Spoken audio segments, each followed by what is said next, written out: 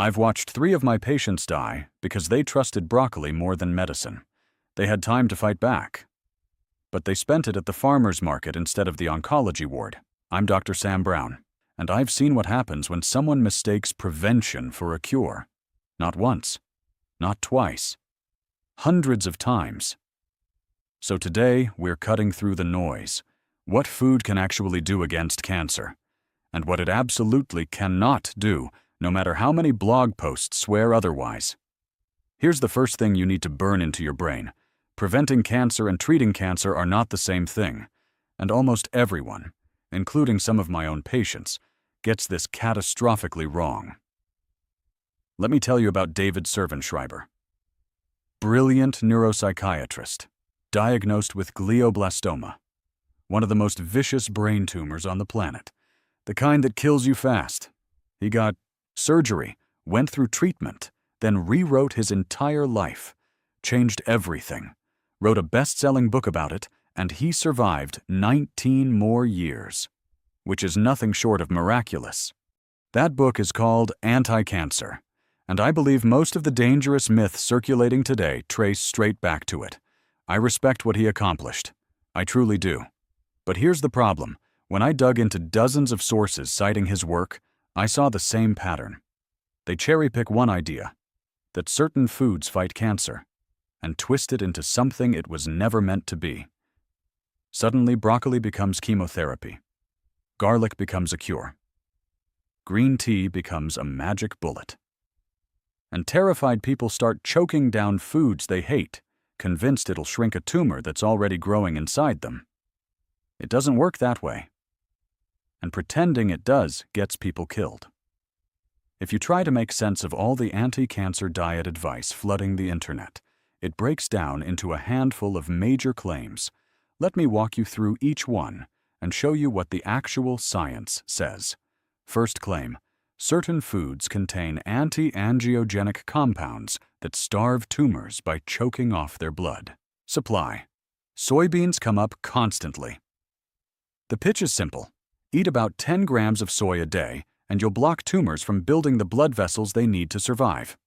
Here's the problem. If a tumor has already taken root, 10 grams of soy isn't going to stop it from recruiting blood vessels. Tumors are ruthless. They adapt. They find a way. We actually have drugs designed to do exactly this, block blood vessel formation. They're called anti-angiogenic agents, and they're FDA approved for certain cancers. But here's what we learned the hard way. Tumors evolve. When you cut off their blood supply, some of them pivot. They stop building infrastructure and start spreading faster. They metastasize because now they don't need as much blood to survive. So even pharmaceutical-grade drugs, which are thousands of times more potent than anything in your diet, can backfire. Expecting soy to do the same job. That's not just optimistic. That's delusional. Second claim, cruciferous vegetables can stop benign tumors from turning cancerous. I've seen influencers with millions of followers claim this outright. They say compounds in broccoli, cauliflower, and kale can halt the transition from precancer to full-blown cancer. Let me be crystal clear. There is zero evidence that eating more broccoli stops that transition once it's started. Can a vegetable-rich diet lower your overall cancer risk? Absolutely. But that's prevention, not treatment.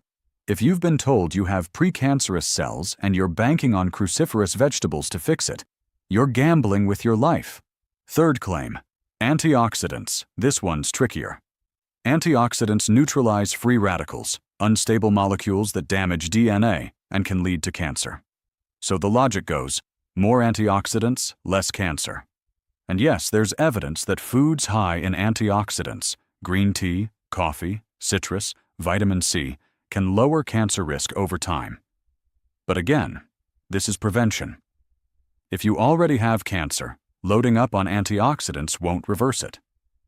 Worse, high-dose antioxidant supplements have been shown to interfere with chemotherapy and radiation, because those treatments work partly by creating oxidative stress in cancer cells.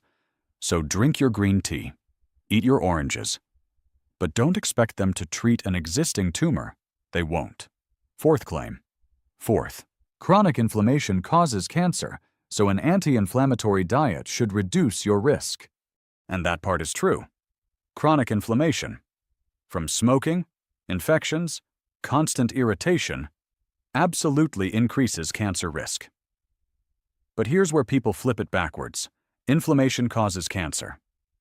Cancer does not cause inflammation, except in very late-stage disease, when tumors start breaking down. So yes, eating turmeric and ginger can help reduce baseline risk, but if a tumor has already formed, those foods won't reverse the inflammatory environment that created it. Fifth claim, foods that boost your immune system help your body fight cancer. Garlic, mushrooms, ginger, all marketed as immune boosters that empower your body to destroy cancer cells. Here's the reality. Your immune system isn't a volume knob you can crank up. It's an insanely complex network involving dozens of cell types, hundreds of signaling molecules, thousands of biochemical reactions. Eating garlic does not boost your immune system in any meaningful way. And even if it did, there's no guarantee that boost would target cancer cells specifically. I had a patient who ate a raw clove of garlic every single day because someone told her it would strengthen her immune response. She also smoked half a pack of cigarettes daily. That's the problem. You can eat all the garlic in the world, but if you're not sleeping, if you're drowning in stress, if you're still smoking, none of it matters. Sixth claim, cancer is caused by fungus, and garlic and onions fight fungus, so they fight cancer. This one's my personal favorite, because it's so spectacularly absurd. Let me make this simple. We have antifungal medications. If you have a fungal infection, we don't treat it with garlic. We treat it with drugs like fluconazole. And cancer is not a fungal infection. It's a disease where your own cells lose the ability to regulate their growth. Garlic and onions are genuinely healthy. They're rich in sulfur compounds, they support heart health, they have antimicrobial properties, but they are not antifungal cancer treatments. Expecting them to cure cancer is like expecting a bicycle to fly. Now here's what's fascinating. If you combine all these theories and look at the foods they recommend, you end up with something interesting. Cruciferous vegetables, garlic and onions, ginger and turmeric, mushrooms, especially shiitake and maitake, brightly colored fruits and vegetables, green tea, olive oil, flaxseed, nuts, fatty fish like salmon and sardines, seaweed, fermented dairy. Look at that list. You know what that is? It's the Mediterranean diet. And here's the kicker. There is rock-solid evidence that people who follow a Mediterranean-style diet have significantly lower rates of cancer, heart disease, and death from all causes. The reason isn't one magic food. It's the system. It's a diet rich in seafood, vegetables, fruit, and olive oil. Low in processed foods, added sugar, and preservatives. But just as important, and this is the part most people miss, it's what you don't eat. Let me say that again, because this is where the real power lives. It's not just what you eat, it's what you avoid. Red meat, especially processed red meat like bacon, sausage, deli meat, is linked to higher rates of colorectal, stomach, and breast cancer. High salt intake damages your stomach lining, making it easier for carcinogens and bacteria like H. pylori to invade.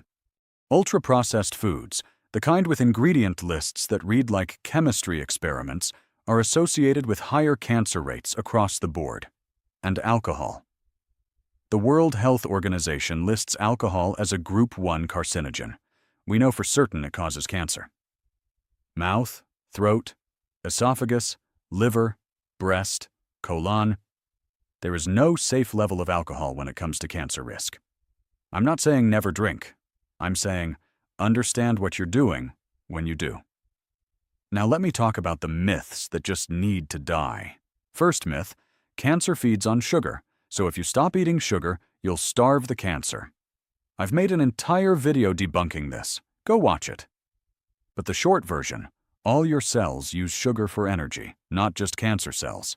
Cutting out sugar doesn't selectively starve a tumor, it just makes you weak and miserable. Second myth, food is medicine, and the right diet can cure cancer. No, it cannot. Listen to me carefully. A healthy diet can lower your risk of getting cancer. It can support your body during treatment. It can improve your quality of life, but it cannot cure an existing tumor. If you have cancer, you need surgery, radiation, chemotherapy, immunotherapy, real treatment. Not kale smoothies, not asparagus juice. I missed this in a patient once. She came to me after 6 months of trying to treat her breast cancer with juice cleanses and raw vegetables. By the time she agreed to start chemo, the cancer had spread to her lymph nodes. I still think about her. Third myth. There are specific diet protocols for specific types of cancer. There aren't.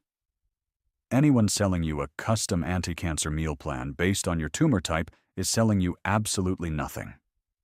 And finally, everything bitter is good for you, or everything red prevents cancer, or whatever color-coded nonsense is trending this week. If someone tells you that all foods of a certain category do the same thing, walk away. It's snake oil dressed up in wellness language.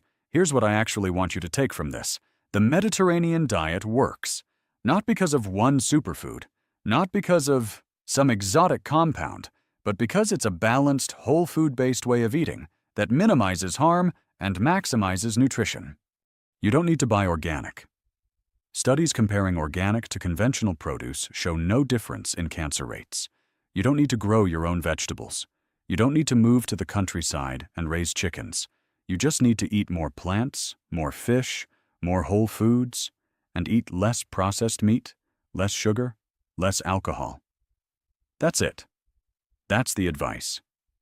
If you're doing that, you're doing more to prevent cancer than 90% of the supplements and superfoods people waste money on. And if you already have cancer, follow your treatment plan. Eat enough to maintain your strength. Don't waste precious time trying to cure it with food. Next time you're at the grocery store, ask yourself, am I buying this because I actually believe it'll help, or because I saw it on some list online? That one question might save you money, stress, and maybe, just maybe, time you'd rather spend actually living your life. I'll see you next week.